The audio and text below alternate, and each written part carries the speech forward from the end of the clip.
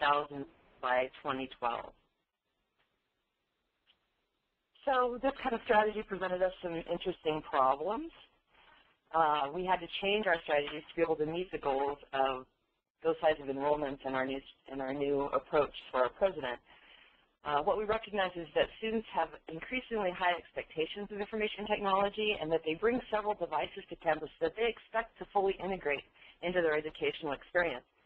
So we looked at the fact that we needed to move from providing 20% core services and 80% context services to exactly the opposite. So to us, core services are those that attract students, keep students, make them successful graduates, and make them successful once they enter the general marketplace. Everything else was really context, so student email was certainly context. Along with this, we recognized that especially in this context business, we spent a lot of time and energy and money to proceed on a very slow technology trajectory. We had to learn to quit promoting ourselves as the perfect cottage industry and recognize that commercial industries can provide services better, faster, and cheaper than we ever could.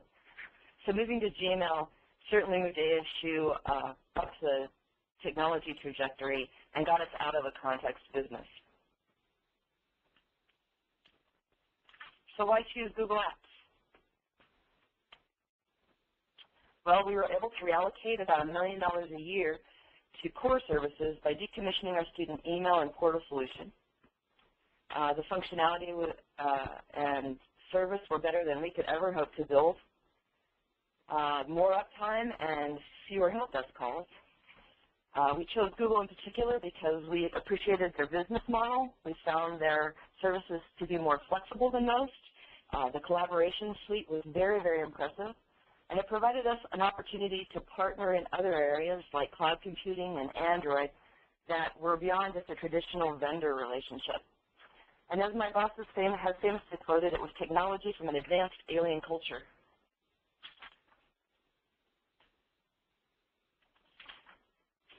So here's a little overview of what we did.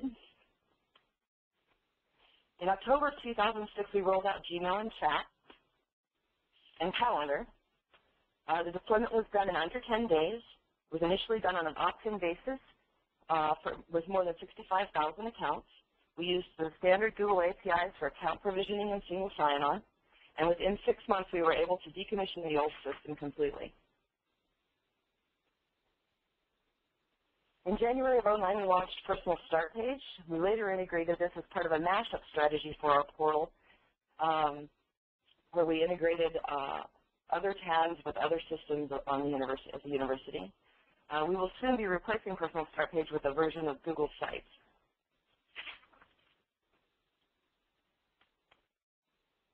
In March of 2007, we launched Docs, Sheets, and Presentations, and we have subsequently launched every other application that they've made available through Google Apps. So we have Sites, Moderator, Links, all those applications available.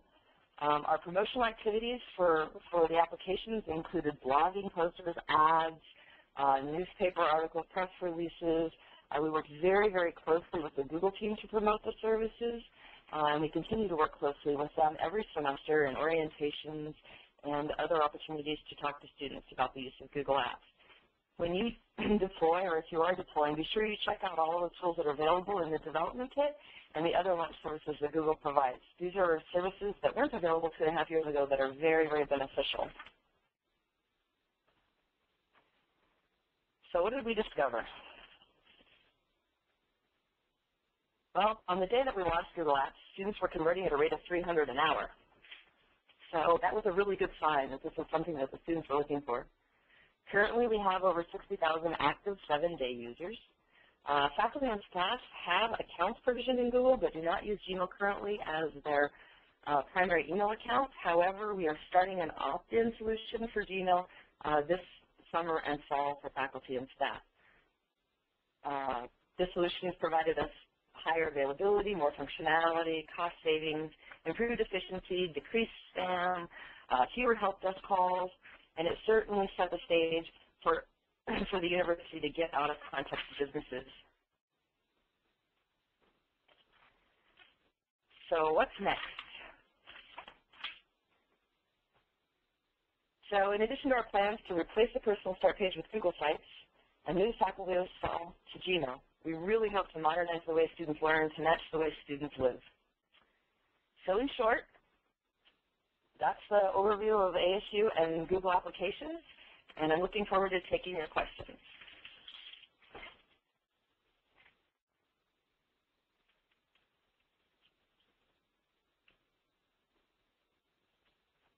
Lauren?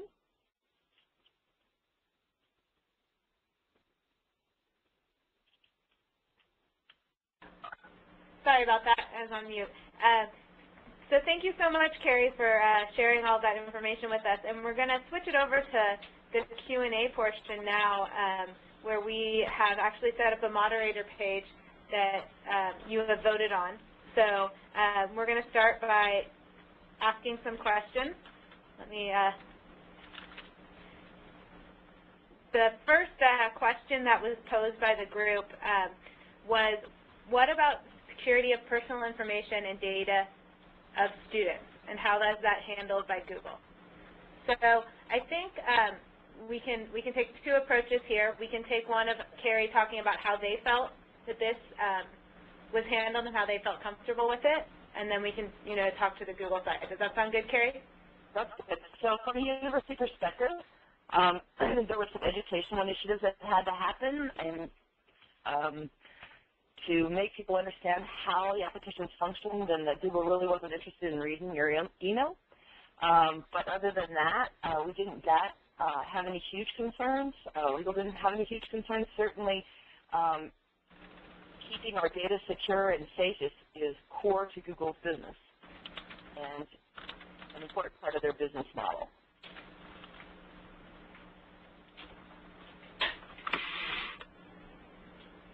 Yeah, definitely. I would second that that's a core part of our business model. And one of the things to point out is that data security is top of mind for us, as it's something that we store all of our own information in the same data centers as any of you on Google Apps Education Edition. And we recently got SAS 70 Type 1 and Type 2 certification, which I think just really holds that standard of the level of security that we have now. So Mosen's going to read the second question here. So the second question here is about how has your experience been with Google Apps support? So I think that one's for Carrie. Carrie, yeah, our experience with Google Apps support has been terrific. Fortunately, our calls about email have gone down about 30%, and we haven't had any major problems since we began. But if there were questions that we couldn't answer or couldn't look up when we very first started, the responses to those were phenomenal. My favorite example is when we were implementing, remember we implemented first, we were using the provisioning API, and it had a little bitty bug in it, and they turned around the fix in under 30 minutes. Yeah, just to add to that, thank you, Carrie, by the way, we do provide 24/7 administrative support.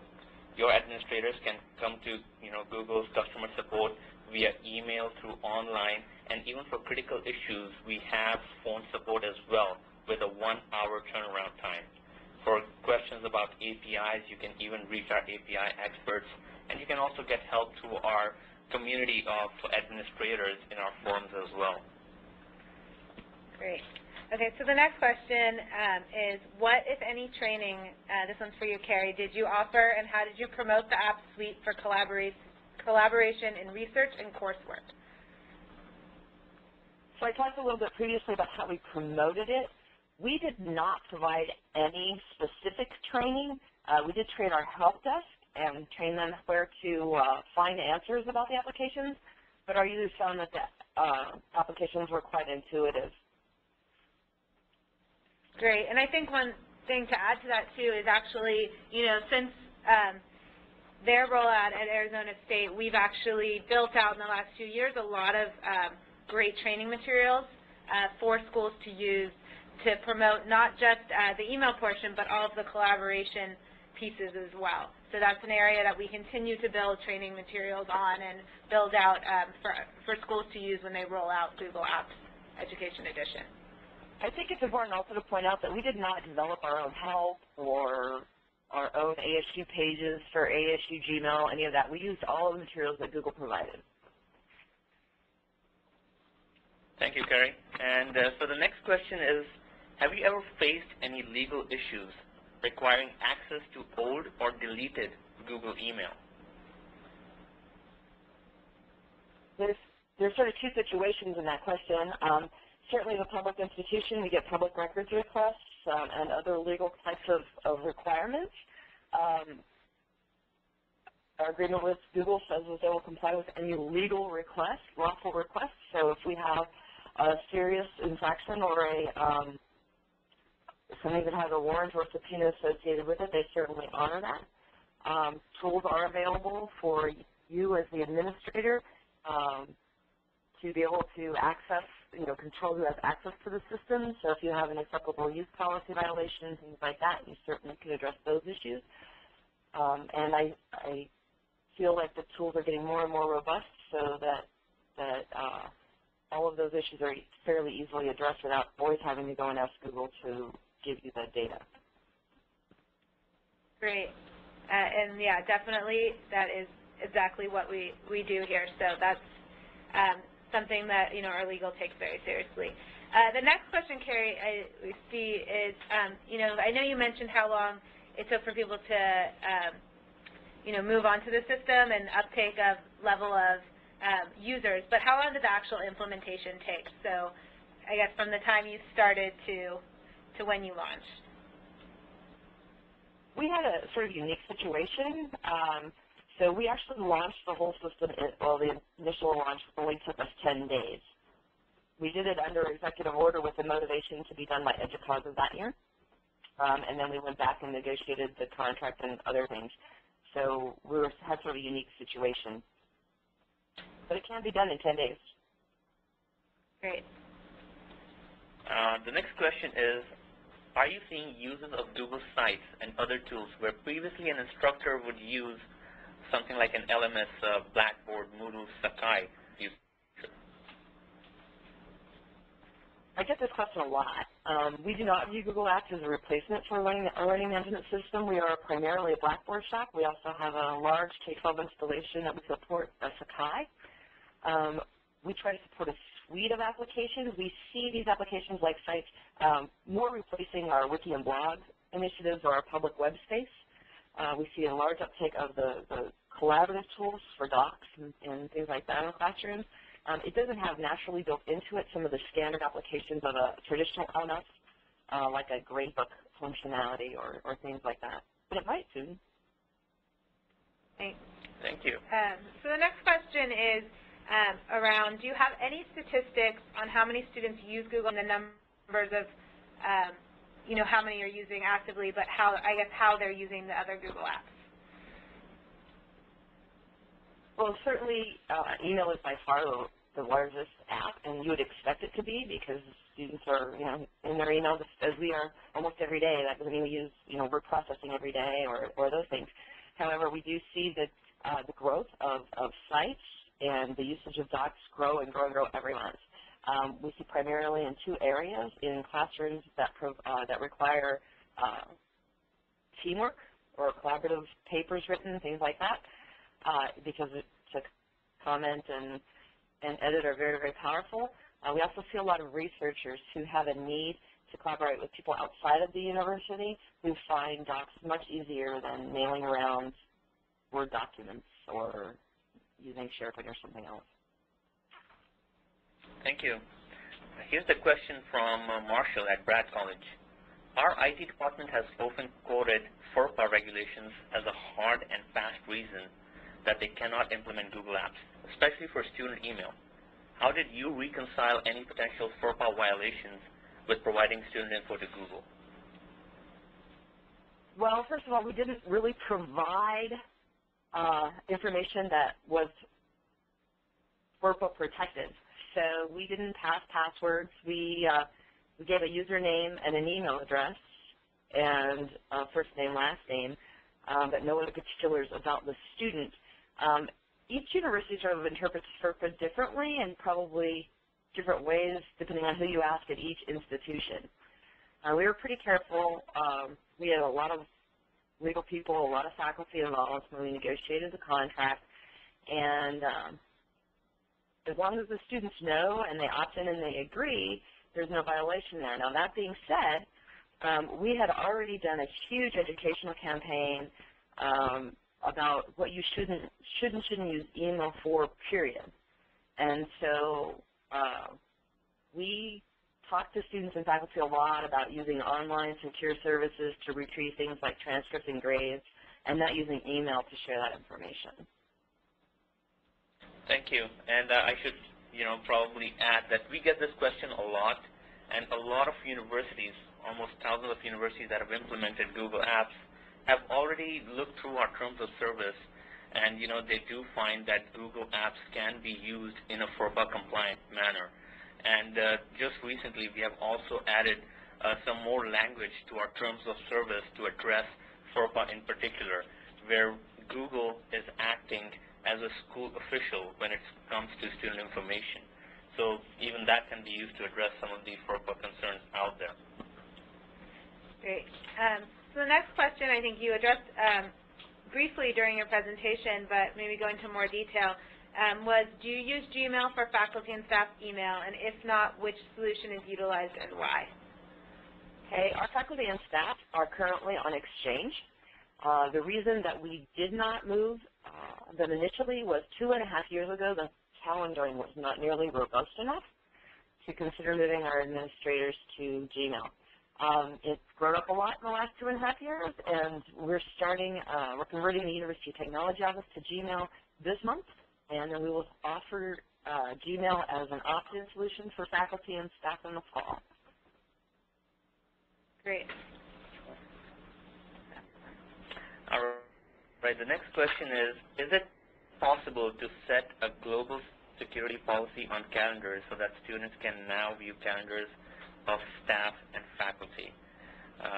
This seems more like a Google Apps question, and definitely each calendar has its own sharing and preferences that you can set.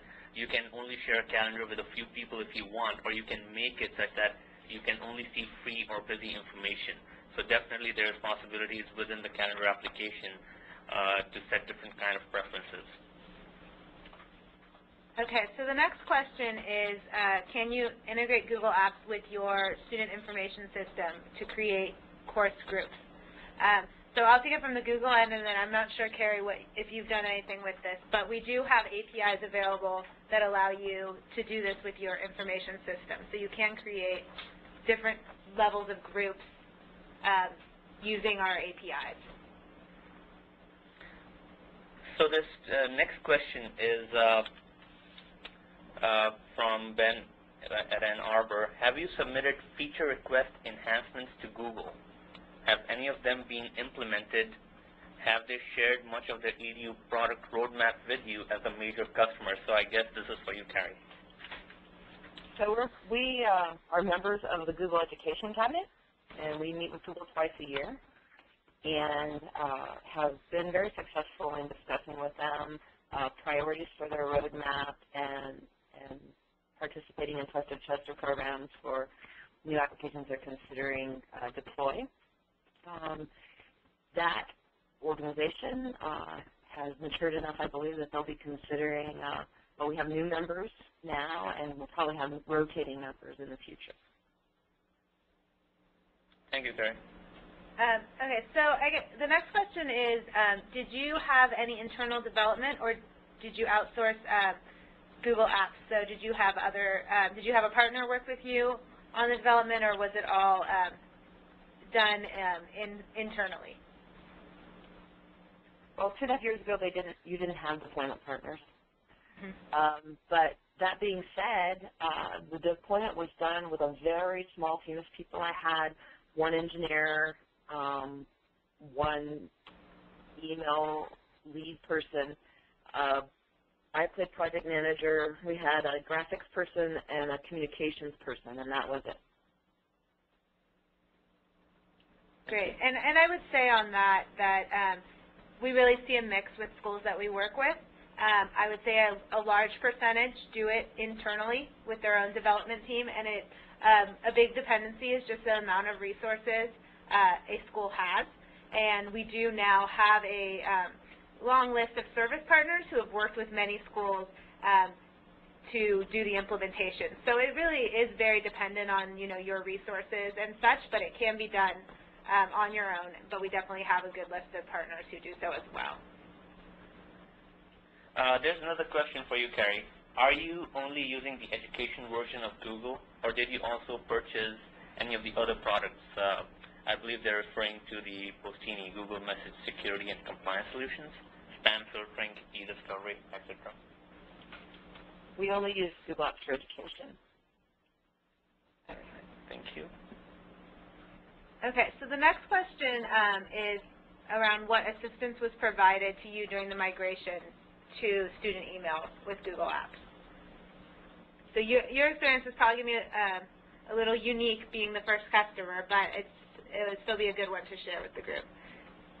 Okay, so here's what we did, and this is the same approach that we'll take with faculty. We launched the system initially for students on an opt-in basis. They took to it quite well. So when we got down to just at that time there was no mail migration tool. So as soon as the mail migration tool came out, we went to the students that were still on the old email system and educated them on how to use that tool, or allowed them to ask our help desk for help to move their mail. So we did that for about 6 weeks, and then just on a request basis. And we took what was ever left and told at the end of the 6 months and told everybody there that they had to choose a place to migrate, and that if they weren't migrated by such and such time, we were going to move them to Gmail. And then we did that. Great. All right. I think I can address the next question, which is, which Google apps are authorized for use for under 13-year-old students? And I think this question is probably coming from K-12 schools. And the reason for this question that I've heard from other schools is that we used to offer the end-user terms of service whenever a student first logged into Google Apps. We now have the capability, if you accept the latest terms of service, that you can remove that end-user terms of service acceptance for your 13-year-old students or less. They don't have to accept it anymore. What we have done instead is we are asking the schools to get permission from the students' parents to use the Google Apps services. So a lot of K-12 schools are now doing that. So there's no longer any student that is having to accept the end-user terms of service. And so they're authorized to use any of the tools within Google Apps. So the next one, again, is another K-12 question, so we'll take that as well. It's about that teachers need to store and share a lot of photos, and would Google Apps support this, and what the limitations would be. So you can include photos on your Google sites, but it's not really meant to be a photo storage application. So right now that's not really what Google Apps is intended to be for. So we continue to add and create new features and functionalities within Google Apps Education, but right now that's just not one of the core Google Apps features. So the next question, I think, is for you, Carrie. What email system did you migrate from? They're asking, we are a group-wide school and have encountered potential issues with the changeover to Google Apps, such as domain name changing, which we are trying to avoid. Any comments on that, Carrie? We're migrated the faculty and staff from Exchange, and we migrated the students from the homegrown IMAP system. I'm not sure particularly what your domain name issues are. All of our students continue to have an @ASU.edu address. That's true. I can also talk a little bit about it. You should be able to use your main domain as well. Even if you want to do a pilot using a mail gateway, you can have some of your pilot students on Google Apps and your existing system at the same time using the same domain. Some schools also choose to use another subdomain like students.school.edu. So there are multiple options there, and we can work with any of those options. Okay, so another question that got voted up a little higher now is around the concerns over appropriateness of content on student sites. So, Carrie, did you encounter any of these concerns, and if so, how did you address them? We did, but we provide our students public web space as it is, and so students have an acceptable use policy that they're bound by, and certainly a code of conduct that they're bound by, and we don't police them, and when incidents are reported, they're investigated and addressed appropriately. Doesn't matter whether that's in an ASU-sanctioned Google site or whether it's in the public web space that we previously provided. All right. Looks like this next question is for you as well, Carrie. How do you plan to handle individuals with multiple roles, example, student and employee? Do you require different levels of security? Example, discovery, retention, encryption for different roles? Well, certainly for our students it's much easier because faculty and staff have different requirements. Now, at the university, our general counsel has said that as far as for public records and stuff, that primarily the end user, the faculty or staff person as an employee of the state has a responsibility to comply with public records requests and stuff. So when I would get a public records request, legal counsel would come to me. I would send to legal counsel all of the documents in my email that pertain to the criteria that they had requested, and then they would go through it and decide what was appropriate to release under the public records rules. That being said, if I were to refuse, then I would be subject to disciplinary actions. If your legal counsel has a different view as to whose responsibility it is to comply with those types of things, then certainly tools like Gracefully are available to you. Great. So the next question is for us about if there's a chance that Google Apps Education Edition will become a non-free service. So this is a very common question that we get. And really it is not our business model or in our plans to ever charge for Google Apps Education Edition. So for a few reasons, I think the first, it's good to explain why we offer this for free. So first of all, it's a way for us to give back to the education community that we're very closely affiliated to from the beginning of when Google began.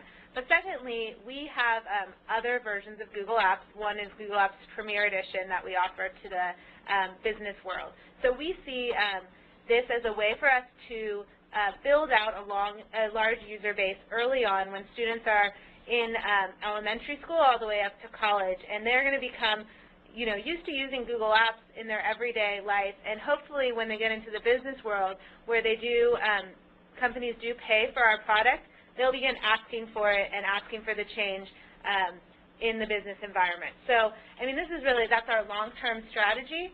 And then, we now have thousands of customers and millions of users around the world using Google Apps Education Edition. So for us to start charging for the product would really be no advantage and probably actually be a negative publicity for us. So our long-term strategy is to continue to provide this service to educational institutions. And I think the next question is, are you allowing the students to create their own accounts, or are the accounts created upon request?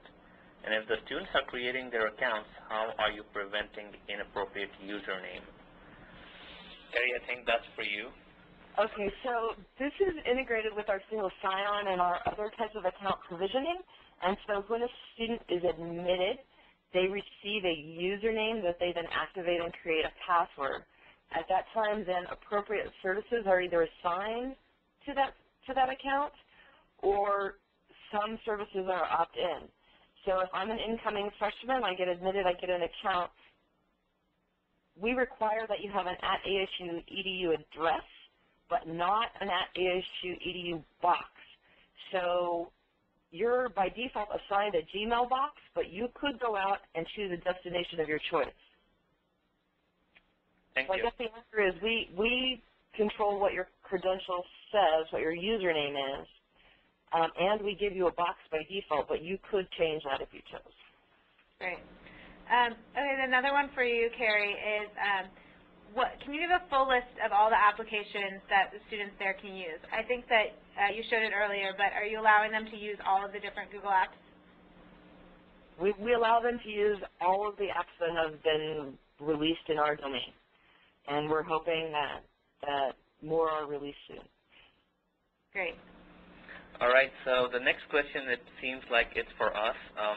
Why doesn't Google Apps sites support more rich content, or do they? I've used Google Sites, but I cannot get any version to support Java. Is there a way to have App Engine run Java and have it accessed on Google Sites? So the answer to that question is more about, what exactly is Google Sites? Google Sites is not really a web hosting solution. What we are doing with Google Sites is providing a lot of different kinds of tools like a wiki application and easy-to-use, simple website creation that is mostly used by schools as kind of an intranet. We have reduced a lot of the complexity over there, to allow people to easily be able to create these sites where they can share information. So that is the main point behind Google Sites.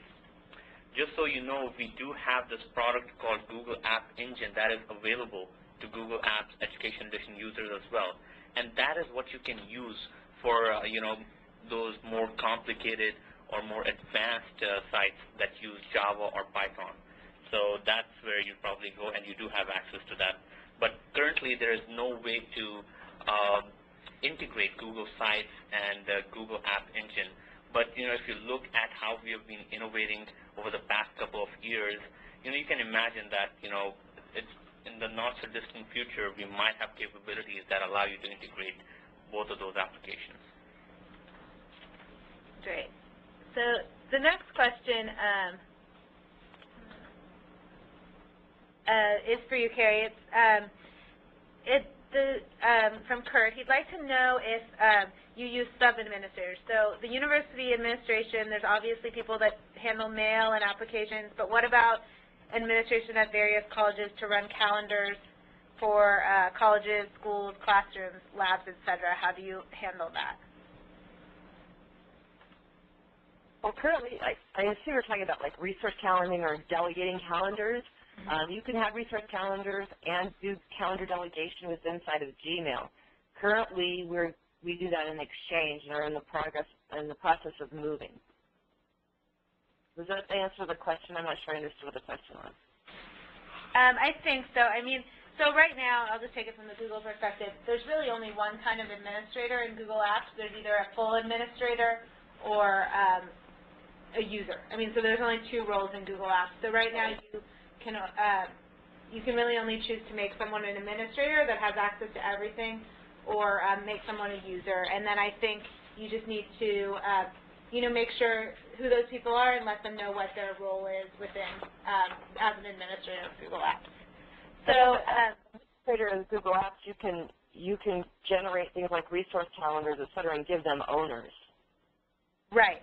So that's definitely a way that you can let those other colleges within your larger university manage those calendars.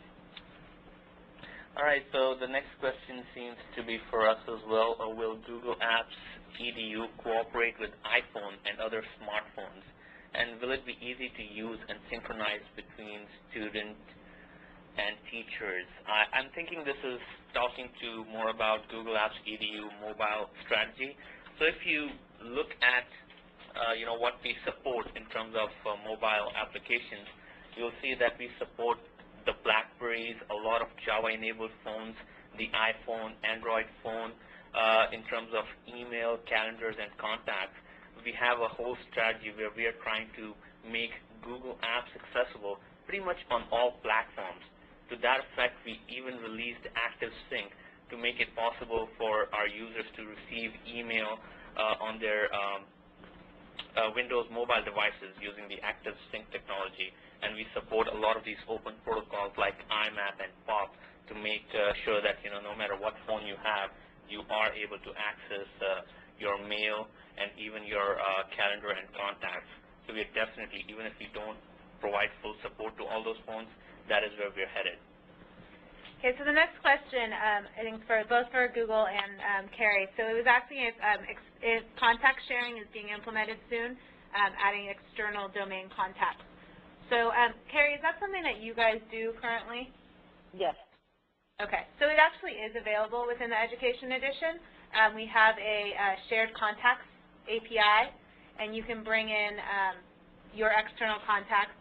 You just have to enable contact sharing in your domain.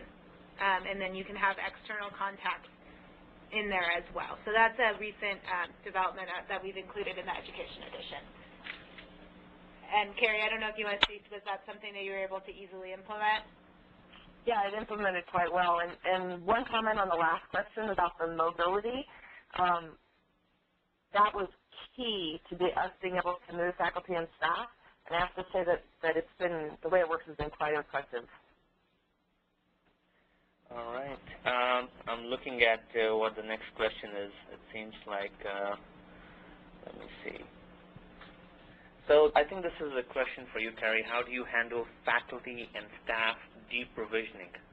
Who retains control of the documents, and how do you, I just lost that question.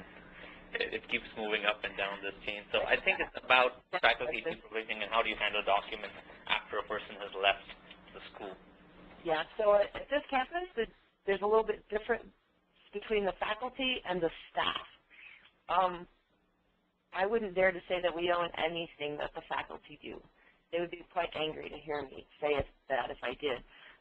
But you run into situations with staff, especially where they have perhaps key roles or customer-related roles and they're using their personal email. But because we control the provisioning of the account,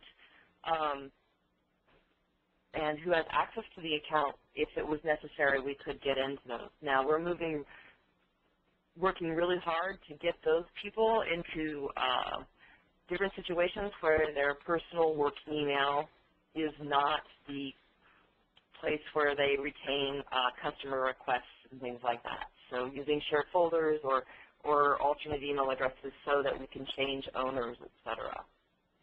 And it's what we do. Great. So the next question is for you as well, Carrie. How do you handle password resets? Our help desk does not work on the weekends, and students may need a password reset. Okay, so because they use our single sign-on, we have a set of online tools that handles password resets. So assuming that the user has set their questions that they can remember the answers to, they can go online and reset their password. They also, if that's not possible, can call the help desk. All right, so there's a question here. Are any of, well, I think it's addressed to pretty much everyone, are any of you allowing students to access Google Apps via a portal? I think the question is if Google Apps can be accessed through portals like Luminous, etc. Carrie, do you guys do that? Well, we use Personal Start Page and we'll soon use Sites. So obviously you can have gadgets that build a Google application, but you could put gadgets in any web page or set a link to Google Apps from any portal that I know of. Mm-hmm. And, I can also address it a little after having talked to a lot of schools. A lot of schools have been able to integrate Google Apps, with portals like Luminous. Because of our single sign-on service and the way it works, you can have students log into the portal, and then they'll have access to all the different Google Apps services in a single sign-on fashion. And like Carrie mentioned, the portability of the gadgets also allows these gadgets to be embedded on different websites as well. And, we're coming up with a user start page, very similar to the start pages, which will, pretty much become a portal for your school as well, if you want. Great. So another question for Carrie is, have you replaced the typical Office applications with Google Apps, such as Docs and Spreadsheets? Can you repeat the question? Have you replaced typical Office applications with Google Apps, such as Docs and Spreadsheets? I get this question a lot. Google Docs, I don't know that we've replaced anything. I mean, we haven't promoted it as a replacement. But Google Docs certainly provides, all the functionality that's needed for, I'd say, probably 70% of our users, especially since the docs piece has gotten more robust, where you have to kind of replace footnotes, headers, footers, things like that weren't previously available.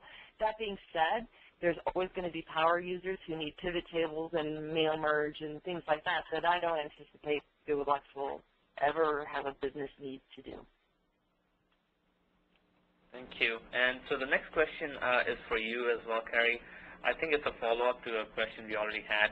So if you're only using Google Apps for education, how do you handle requests for public records? Are you routing all your mail through your own archiving solution? How do you handle that? I think I mentioned earlier that it's the opinion of our general counsel that it is the employee's responsibility as an agent of the university to provide that data, and that they're subject to disciplinary action should they refuse to. Now, that being said, even without Postini or other services, you are the administrator of the domain. So you can change passwords, secondary passwords, other things to gain that content if you really need to. Great. So, Carrie, this one's for you as well, is what is the biggest complaint or gripe that you're hearing from your users with regards to the difference between Gmail and your previous system? I hesitate only as I'm trying to think. We don't mind silence. We don't have a lot of complaints. We do have some questions, and just with the faculty and staff, just like we did when we did the students about is Google reading my mail, and some concerns like that they haven't really read through the terms or they don't understand how the application functions. And so it's more an educational effort of, Google scans your mail to say, do you want to add this person to your contacts, or do you want to add this thing to your calendar? But it's not storing that data anywhere. It's not indexing the keywords in your mail so that they can, target you for some specific effort. It just doesn't work that way. So that's probably the biggest question that we get when we do a large number of conversions. It does take a little bit of education training because they function a little different. The differences between the way that messages are threaded, for instance, versus coming into your box in, all sequential time. But we don't get a lot of complaints. Good to hear. The next question is for you as well, Carrie. Do you provide support for email alias for students? We do. We run a box we call the electronic post office, and we allow them to have as many aliases. I think they can have 9 or 10 or something. Great. Yeah, that's correct. Another one for you, Carrie, is do alumni keep their ASU Gmail account? And if so, is it still at asu.edu? And if so, how are you routing these mails to the system? Are you routing your mail between at asu.edu Exchange users and at asu.edu Google Apps users? So there's a lot of questions there, but I guess the first is really, do alumni keep their ASU Gmail account? We've provided ASU.edu email forwarding for alumni for a long time, and since we've moved to Gmail, we'll allow them to continue to keep their box. We do not choose to require that they move to a new domain, although a lot of universities do have an alumni.asu.edu, for instance. We do not require that. They move. We just allow them to keep their box. The second part of that question, I think because we allow them to keep the same box, we don't have to reroute them anywhere. Great, thank you. And I think I can address the next question. The question is, does Google store any EDU customer data outside the United States? Certain research data cannot be stored in a foreign country. So the answer to that question is, we cannot guarantee where EDU customer data will be stored. This question has come up from other universities involved in research, and we do let them know that to ask all their graduate students or research faculty not to use Google Apps for any research-oriented or for any data that is controlled by export apps. So that is basically what the terms of service will also say, and so they aren't supposed to use Google Apps for storing such data. that is the only way around it. So there are research universities that do use Google Apps, but they have restricted their research folks from using the Google Apps to store such data. Okay, so the next question is for us as well. How many schools, colleges, and universities are using Google Apps and or Gmail? So we have thousands of schools in over 100 countries that are currently using Google Apps Education Edition. It's hard to hone in on the actual number for you guys because we have, some schools using every day for all of their students, faculty, and staff. We have some using it for a portion, but it really changes every day, and we see people, more and more schools signing up on a daily basis, small and large schools, and we see a wide array of anywhere from, small private K through 12 schools, large public universities, and millions of users that continues to grow. So I can just say from our perspective, it just keeps getting bigger and growing our customer base every day, and we'd love to have more of you guys on Google Apps as well so we can continue to grow that. So the next question is, what are the primary concerns of your faculty and staff in terms of their opting into Gmail this summer as opposed to staying on the current system? I think this is the question for you, Carrie. We haven't heard a whole lot of concerns. I mean, you're going to have a set of people. I mean, we have a set of people on both ends. We have a set of faculty that are like, yay, finally, we're out of Exchange. And we have a set of people that are like, you'll never make me move. So remember that we're going to do it on an opt-in basis and see what the uptake is. And if the uptake is a preponderance of the people, then we'll work with the people that are left so that we're not providing a very expensive solution for a very small number of people. Great. So I think we're going to take one more question now and then move to the answering all of your typed out Q&A questions. So the last question I'm going to take is how well does the Docs collaboration feature work? Does it gracefully handle multiple users trying to edit the same document at once? And I'm happy to answer that, and I'll let Carrie add on to anything. So that, that's one of the strong points of Google Docs is the ability to collaborate with multiple users at once. So, I think it's something that, personally we here at Google use every day with large numbers of users all editing a document or a spreadsheet simultaneously. And it really allows that rich collaboration, and it's one of the, key features that Google Docs is able to provide you. So, and I think, Carrie, you've had a lot of experience with it as well. Yeah, it's fantastic. I've seen it done with almost 200 people in one document. Exactly.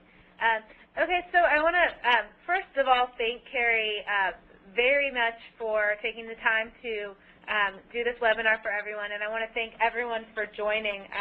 We had a great turnout, and we're going to spend some time now answering your individual questions in that Q&A section, so you probably see that Mosin's already starting to answer them there. So we'll stay on for a little while answering that, and we'll save all of those there. And then, we encourage you to visit, actually, Carrie, I'll have you switch to the next slide that has information about how they can, oh, no, there isn't, sorry.